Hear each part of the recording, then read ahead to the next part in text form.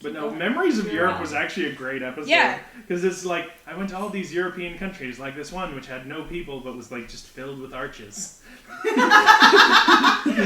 And we're recording. Oh, hey. Would have loved a warning first.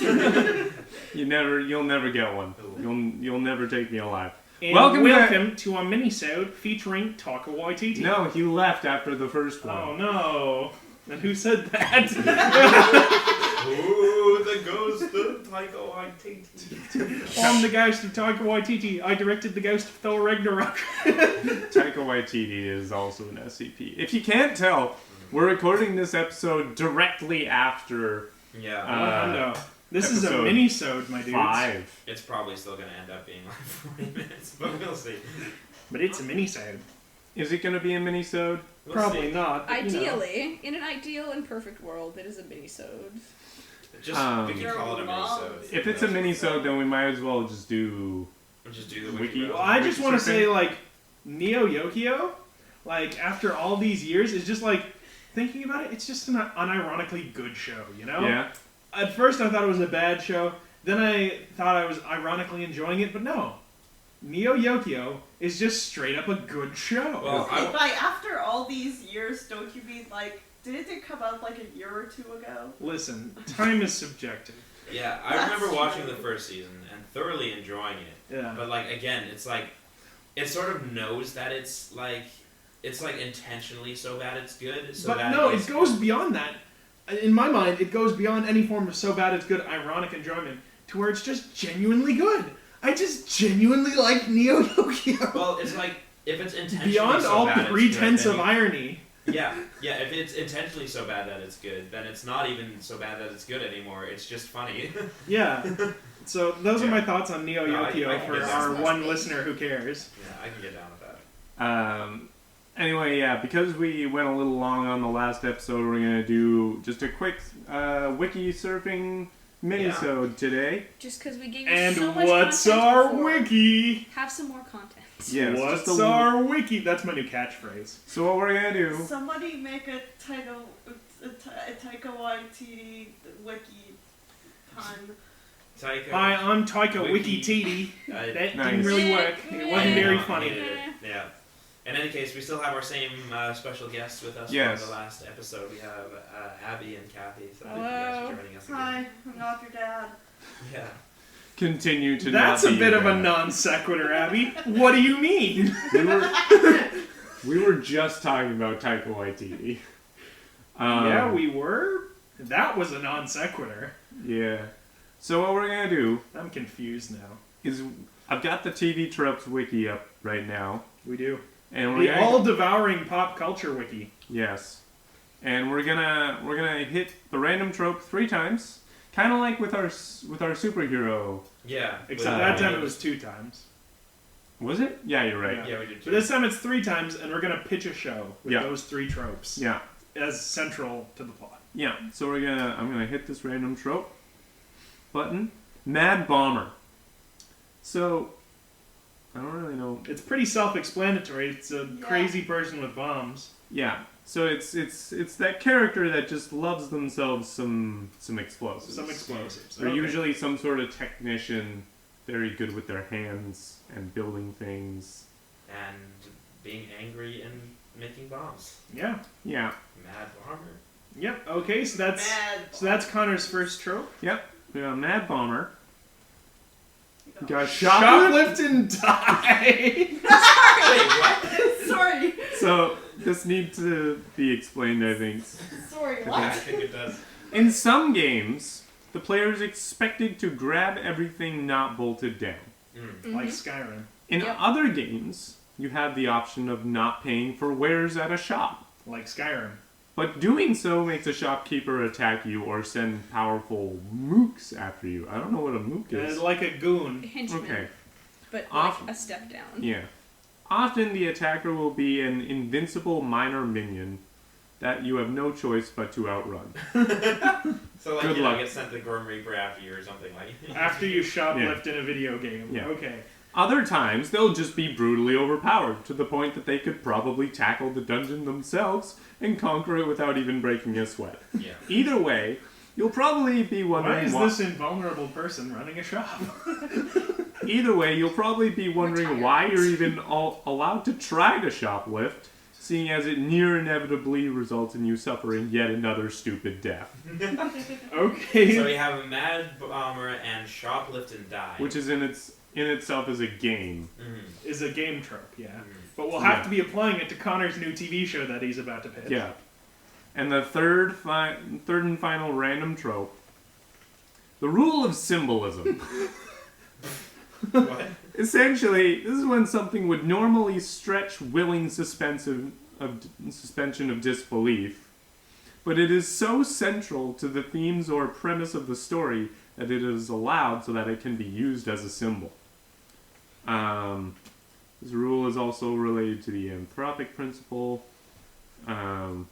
So that's basically stuff that doesn't really make any sense, but is excused by the fact that it's symbolism. That is like a metaphor. Okay, so, for example, The Matrix and its sequels are meant to be interpreted symbolically, namely in regards of the allusion to a messiah, the mathematical concepts, and existentialism.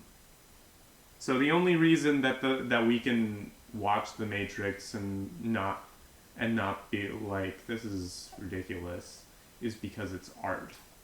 With symbolism. Yes. So, alright, Connor, so using these So tropes. your pitch has to include a mad bomber, Yeah. shoplifting being heavily punished, absurdly so, in a video game style fashion, and a heavy focus on symbolism, without which the plot wouldn't really work. Well, here we go. Let me think. So I would say the Mad Bomber is the thing that is sent after the protagonist after they have shoplifted.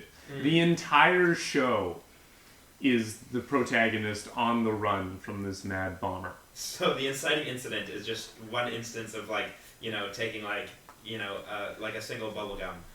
Yeah. And it's the whole show is a metaphor for the perils of the youth of today trying to survive in a post-capitalistic society. That's exactly where I thought this was going. Yeah. Yeah. Okay. They're just trying to get their things without having to pay much money for it. But suddenly society is setting up all these traps and throwing explosions. explosions. Okay, now for a little bit of improv here, we're the TV execs. So this is quite a show you pitched. Yes. So what's it called? It's called. Just thinking. The first thing that comes to mind is an Avatar reference. Sparky, Sparky, Boom. I like it. It's gonna be popular with the 18 to 35 demographic. Yeah. Yeah! Sparky, Sparky, Boom. Sparky, Sparky, boom, let me buy a t-shirt! Alright. This We're gonna time, sell some shirts. this time we're actually going counterclockwise. Okay, for And real. I'm gonna hand it Okay, off. so Emmett, to Emmett. I'm excited for your pitch. Okay, I don't know if it will go around. I'm excited for Abby's pitch. It and went Cathy's around. pitch. We're not excited for yours. Just kidding. I'm real excited for your pitch. Thank you very much. There's the random trope button. Why do people on that couch keep lighting things on fire? I'm doing something important. Okay, so my first trope is freak out. Oh. And Same. this is already starting off great. It's got a Joker quote at the top. Oh It says, no. is You can't escape it. all it takes is one bad day to reduce the sanest man alive to lunacy. So, so when a character is not himself, but for real and usually permanent. What? Let's What? get on that, mods. Okay. That doesn't make sense. In the course of a single episode, a character goes through something traumatic enough to change their personality forever, or even freakouts that could have temporary effects, or freakouts that are temporary that have lasting effects on the character. It could be like a really awful truth, but it has to be something nasty. Sometimes a freakout is foreshadowed episodes in advance, but normally it just comes out of the blue. So this is you get killing joked? sort of, yeah, like the quote is from The Killing Joke, so I guess it's like they do something. You have one bad day and it drives you over the edge? Yeah, I think that's it. One bad day that drives you over the edge, the freak out. Okay. Okay, and oh wow. So number 2 is faceless masses. Oh. So animation is on a very strict time frame most of the time. So it's a massive chore to get the main characters and the backgrounds and their actions drawn and colored. So one can forgive the animators for skimping out on the unnecessary bits, like 9/10 of the population of the show. So the extras in this scene tend to be ridiculously less detailed than all of the other characters, if detailed at all. Expect them to lack certain items like facial features, outlines, or limbs. But who cares? They're just there to keep the world from feeling deserted. So, Okay, so I want to say, like, even just like with the 2 you've already gotten, with the 3 you got, we've already gotten like into a very postmodern space with this. Yeah. So we've got freaking out, like, that one bad day that drives you over the edge, and then the faceless masses. So extras are faceless, literally. So I think it's like shaping up to a really interesting story already. And then finally, we have just desserts. So a villain ultimately finds their evil deeds come back to bite them. Literally, they end up getting eaten. Okay. So this does not include a heroic sacrifice, but it may be subverted with a minor character being killed and eaten in obvious foreshadowing of what is going to happen to one of the bads at some point. While the mooks may be recipients of just desserts, a true just dessert is reserved for those higher up the ladder. If the beast doing the eating was unleashed by the guy who gets eaten, he's been hoisted by his own petard, making him a self-disposing villain. Bonus points if he made a practice of feeding people to said beasts beforehand. Nice. So it's like, essentially, my show has, the freak out, the one bad day that leads you over the edge, the faceless masses, and just desserts. So how do you spin this into an entire like continuing program? Yeah, I feel like I've sort of got a bit of a plot here. Like, there's one day... It could be a mini-series. You've got your protagonist, and they're just like, this one person just wandering through the world and feeling like, everybody else is just faceless, and which is represented by, literally everybody else being faceless. But this is sort of their thing. And one day they're just pushed so far by society that... they live in a society? That they grow a face. That they, they have their freak out, and their freak out, is, what's a good freak out? Is, like, are they faceless too to begin with? Yeah. They're faceless too, and they grow a face, and they're, like, permanently changed. But then, because they have a face and a mouth and everything, in the very end, they just eat themselves. Alright. It's like, like, like, Futurama, like, that one little thing that just, like, and to teleport, like, it's just sort of like that. Okay. Well, we've certainly gotten very postmodern with both of these. Now, Emmett, I want to ask, is this an animated series, or are there some very interesting special effects going This on? is entirely live action. Alright, and pitch it to me, what's it called? Faces, Places, I'm Hungry edition. Hello? That's the first thing that came to mind. Nice. We'll make some shirts. Now available on HBO. We'll also be selling a lot of faceless masks. Yeah. Doing some viral marketing. Let's just Okay. So the random trope button is at the The blue top. one. the blue. Thank you for knowing that was going to take forever. Yeah, it took me a little while to find it too. Okay, my first trope is shoot out the lock. Nice. Which is pretty much what it Self-explanatory. sounds like. Yeah. Shoot the lock to unlock. Shoot the lock. It does mention that Mythbusters did bust this. This requires a high-powered gun at close range, which causes lots of very dangerous shrapnel. Yeah. Lesser firearms, especially the Mythbusters. This said that you can't do that this in without real getting life. yourself real hurt.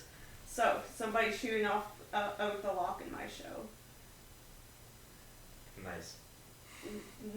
My next trope is hypnotic head. a stock visual effect that is usually used to indicate someone is being hypnotized or Ah. trying to hypnotize someone. I think It does get used for all sorts of hallucinations and visualized breakdowns, but it's primarily associated with hypnosis for Oh, some I reason. see. It's got a picture of Doofenshmirtz. It does have a picture of Doofenshmirtz. Yes. The common version tends And to I know what the include- song that goes with is, my name is Doof, and you'll do what I say. Woo, woo. That's what the caption says. So it's just like having the swirls over your eyes while you're being hypnotized. And, the Yeah, rotating usually head. like Background, yeah. Yeah, rotating usually head like icon. the multicolored swirl. Yeah. Like sort of psychedelic imagery. Yeah. Sick. Alright. Oh, that last one is LARP! Literally just LARPing. Yep. Wow. Isn't that just already a long running, like a serial TV show LARPing? Yeah. for the actors? That's So you've got a LARP where you shoot out the lock and there's hypnosis? Yeah. Then you get hypnotized into participating. The main character gets hypnotized into participating in a LARP. Where if you Which- die in the game, you die in real life. Because it is real life. Where do they shoot out the lock? Well, maybe it's like a spy LARP or something. Yeah. like it's a, it's like LARP a where Jason they're, like, you know, Bourne. going a delving die-hard into LARP. dungeons and they have to Yeah. shoot the locks to unlock the dungeon. I Yeah. don't know. Yeah, it's a D&D LARP, but with guns. Yeah. I'd watch this show. Yeah. But they're all hypnotized into thinking it's real, or...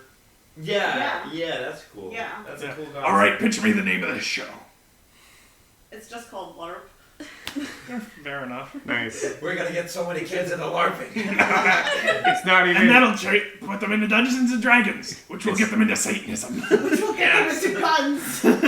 It's not even presented as an acronym. It's just the word LARP. Like capital L, lowercase A. Yeah. Nice. But with the it's got exclamation points LARP. at the end. What if Yes. What if it was real and they were hypnotized into thinking it was just a D&D game? Oh! No, I'd Wow. like that, yeah. That's cool. I would watch that show. Yeah, I'm down for that. Like, these people think they're LARPing, but they're actually, like, going on, like, these crazy spy missions. Yeah. Oh, that's cool too. Yeah, Oh, that's wait, that's what I okay. was going for. Yeah, I definitely interpreted it differently, but that's cooler. yeah. They get them Nice. down to interrogation. They're like, "I'll never blah blah blah." Evil man. They're like, "Who? What? What are you talking about? Who It's like, are I you?" failed my role. No, yeah. Okay. It's like, rolls a d20. I failed my roll. Anti-interrogation roll. Alright, I'll tell you. Everything is like, oh wow, that was easy. Oh, okay. All right, Cathy, it's your Alright. turn. Pretty Alright, sure it's that's my just turn. Stranger Things. That sounds incorrect, but I don't know about Stranger Things. Alrighty, what are we looking at here? Buttons at the top. Yep. The blue one. They found it Okay. in about half a second. Yeah. Snakes are sexy. Oh, that Britney Spears video. Yeah. That's a D&D character you played. Yeah. It's just Yowtle. Yeah, snakes Um, are sexy. Yep. That's. Is it like anthropomorphic snakes or just? It's just snakes. Like God, it's the. No, it's Oh! it's that Emmett Britney confirmed Spears, is like- scaly. No, it's it's not just like being like- attracted to. It's like the aesthetic of like. Like, oh, it's a the lady with a snake. Yeah, Oh, yeah. sort of like. Yeah, it's a lady in a bikini with a snake. Yeah, sort Oh. of like that. Katy Like Perry. that I was Britney think- Spears video. I was thinking from Dusk Till Dawn. that one. Whatever, nerd. You've seen it? Never seen it. Nobody? Okay, never mind. No. Yeah. So it's like, yeah, kind of like they're inherently dangerous and blah blah blah and like Yeah, I was worried this was like some furry. no. Yeah, you see Alright. that all the time on Trope TV. number 2 is the bet. So Oh. yeah, go any lengths to win the bet. This is falling together nicely. Yes. And no So what is it? stoner flick. This sounds like This is Wayne's World. this is like this is literally like something that probably exists. Yeah. Possibly made by stoners, also known as THC theater. No Wow. plot, tend not to be plot driven. Thanks, Seth Rogen. Contain long tangents relating to pop culture. Pop without culture. plot. Pulp culture. Pop Yeah. culture. And very stupid humor. Dang. Alright. Hey man, I'm a weed. Hey, Seth Rogen, see my next film. Yeah. Yikes. I knew it was coming. I knew you were gonna do it. Yeah. It was unavoidable. It's very similar to the Randy laugh that he does for Morgan. Yeah. Yeah. Yeah. You know he had to do it to us. Okay. Alright, so I'm thinking like, so start with like, the snakes are sexy, build that into like, a villain, like almost stereotypical villain character who definitely has a snake, who is like, gets caught in like a bet, and it's like, alright, but can you like infiltrate stoner culture and take that over? And they're like, oh yeah, totally. And then this just like progressively they lose all of their evil traits and become Just absolute stoner. yeah, they get the end. I like, love that. Stoning is an evil trait. It is of the devil.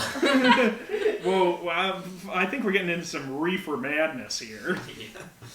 In any case, That's that a- sounds amazing. I would watch actually that movie. this show. That's a really fun reversal. Because it's like stoner movies, I think, in their inherent nature, are like low budget, like you know, Yeah. like shitty Low special budget, but effects. also like inherently kind of wholesome. Yeah. Yeah, wonderful. Okay, yeah. Nice. So, what's the title of this film? Oh boy. I'm trying to make some kind of pun connection between weed and snakes, and I'm not getting anything. I would say you could make a pun like with the villain's name being like Mary Jane or something. Oh Oh, yeah. that's too easy. Yeah. Yeah, No, that's, Mary Jane and the Snake? I don't know. No, don't like that. that sounds incredibly euphemistic. It does. No, fair enough. Okay. Mary Jane is a euphemism. Yes. For we. Hey! It's a bet, so it's a joint venture. Nice! It's called joint venture. Thank you.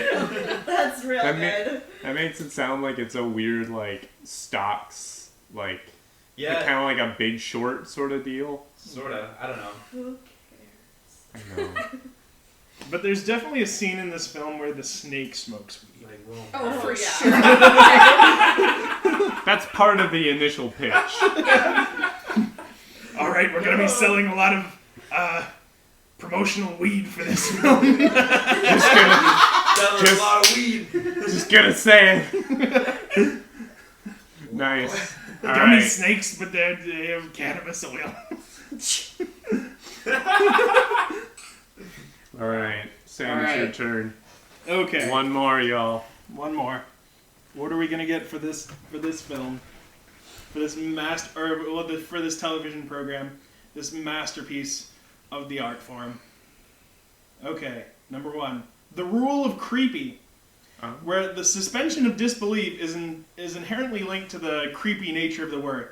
Like, maybe it's unrealistic that Freddy Krueger was a guy who was burned alive and has a glove and enters the dreams of children, but it's creepy, so we'll let it slide. I like how you didn't even have to read that. You were just looking at us and saying it. Dude, I spend all of my time on TV tropes. I know things. Yeah. This is Okay, how next Sam one. has his infinite knowledge. Animated musical. With those two things together, no. I love this. I love this. 100. Wait, Over the Garden Wall? Little Shop of Horrors? Oh, yeah. Wait, but it's an animated musical. Yeah, Oh, yeah. so Over the Garden Wall. Yeah. Yeah. Okay, and the last one is there's a storm coming. The weather is used as ominous foreshadowing. That's called a That's- pathetic fallacy. Yep. Anyway, yeah, dramatic thunder, battle in the rain. It was a dark and stormy night. Lightning reveal. Okay, so here's my animated musical. And so it's like very Victorian, and there's like this sort of Byronic hero who's at his creepy castle, and he does some unsavory science and stuff. But then he meets a lovable dog. And things escalate from there. Oh boy. And things escalate from there with this actually like really evil scientist, but he just falls in love with this little puppy. and there are a bunch of musical numbers, and he slowly, because of this dog and like going to dog parks and things, he makes friends and stuff. And he like gets a slowly widening circle of friends, but he's still like just 100%. Unlike the other one, he just remains exactly as evil as he was as mythical. He just makes a lot of friends along the way because of this little puppy that he finds on his doorstep at a dog. Like, I was getting initially like a Dr. Horrible vibe from this, but it's Or like a Sweeney Todd. yeah, it's still like, you know, Dr. Horrible, but like, you know, With a dog. yeah, with a dog and less of a character arc. Oh no, he still has a character arc. He learns to open up to people. He learns to, you know, like he does He grow learns as a to open person. up to people while opening people up. Exactly. That's the and that's the tagline. title, Opening Up. Yeah, I was gonna do the whole voice and everything, but you did. No, Emmett, do the voice. What's the name of the show here? You're gonna love this. Opening Up. I will sell a lot of dogs. All right, and with that, That concludes our TV Trope Minisode. Yeah, how long Which- did it end up being? Um, Long enough to justify being a minisode? yeah. Long enough to justify being a minisode, Wow. but not so long that it could have just been another standard episode. So yeah, this sort of makes up for how long the last one was. Just like take the 20 minutes off of the last one and imagine it was the beginning of this Yeah, one. exactly. Just imagine. Just imagine. imagine all the people. Now we gotta get John Lennon's lawyers off our backs. The ghost of John Lennon has lawyers. Nah, they're still busy with yesterday, I Yeah, bet. that's true. Manifests in the house again. Oh man. Beating like- them out with a broom. No, it's just like, but John Lennon's lawyer's like, man, could you like not do that? Not true. Well, imagine all the people without copyright. Nice. Alright, I've Well- made enough jokes. That concludes the minisode. Thank you. And it's me, Taika Waititi's No, it's- ghost, no. signing off. Why is he dead? Did we kill Taika Waititi? We kicked him out of the house and he just like came back in spirit. We don't know what happened. I'm Taika Waititi, and I am astral projecting. Ah, I there you go. directed the astral projection of Thor: The Dark World. Oh no. Oh no, I really hope not. But that's a whole other conversation for another time. So thank you very much for listening. Thanks again to our special guests, Cathy Yes. and And it's been a slice. Thank you to our special guest, Flint, for being there Abby, for being spunky. and being For being putting a all spark into spunky. our lives, yes. Yeah. So if you have your own TV show pitch, put that in the comments. Yeah, we'll be starting our own television network. Yeah. With all of these shows, I would watch these shows, honestly. Same. Yeah. If I had time to consume content, I would watch these shows. Yeah. And until then, we'll see y'all later. Yeah. Hit the hay. That's Yeah. not our sign off. Go to bed.